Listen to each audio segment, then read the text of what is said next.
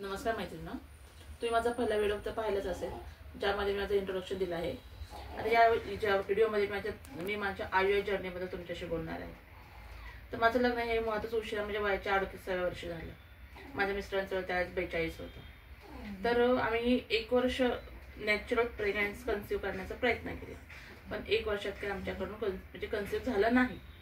त्याच्यानंतर मग माझ्या बहिणीने मला फोन करून सांगितलं की तू ज्या एरियात राहते तिथे एक शिबिर भरलं आहे, तिथं वंध्यत्वाबद्दल मोफत सल्ला दिला जात आहे. तर मी माझ्या मिस्टरांना ते सांगितलं. मी आणि माझे मिस्टर त्या दिवशी मग त्या शिबिरामध्ये आम्ही गेलो. तिथे गेल्यानंतर त्यांनी आमची पूर्ण चौकशी केली. लग्न कधी झालं, मिस्टरांना काही व्यसन आहे का, किंवा आम्हाला आधी काय आजार आहे का, ब्लड BP शुगर वगैरे, ही सगळी चौकशी केली. ही चौकशी केल्यानंतर डॉक्टरनी मला MH टेस्ट करायला सांगितली आणि माझ्या मिस्टरांचं सिमन टेस्ट करायला सांगितलं. तर मी माझं MH टेस्ट साठी ब्लड दिलं आणि त्यांच्या मिस्टरांनी सिमन टेस्ट केलं. त्यानंतर मग 2-3 दिवसांनी रिपोर्ट आल्यानंतर आम्ही ते रिपोर्ट घेऊन पुन्हा डॉक्टरांकडे गेलो.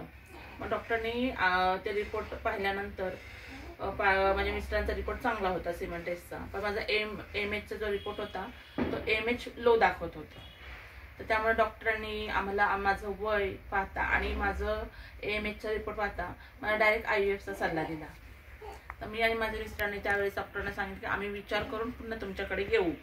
आम्ही घरी आलो, आम्ही विचार केला, आम्ही डिस्कशन केलं. तर आम्ही असं ठरवलं की अजून 1-2 डॉक्टरांचा आपण सल्ला घेऊया आणि त्यानंतर IVF करायचं काय करायचं त्याच्याबद्दल आपण विचार करूया.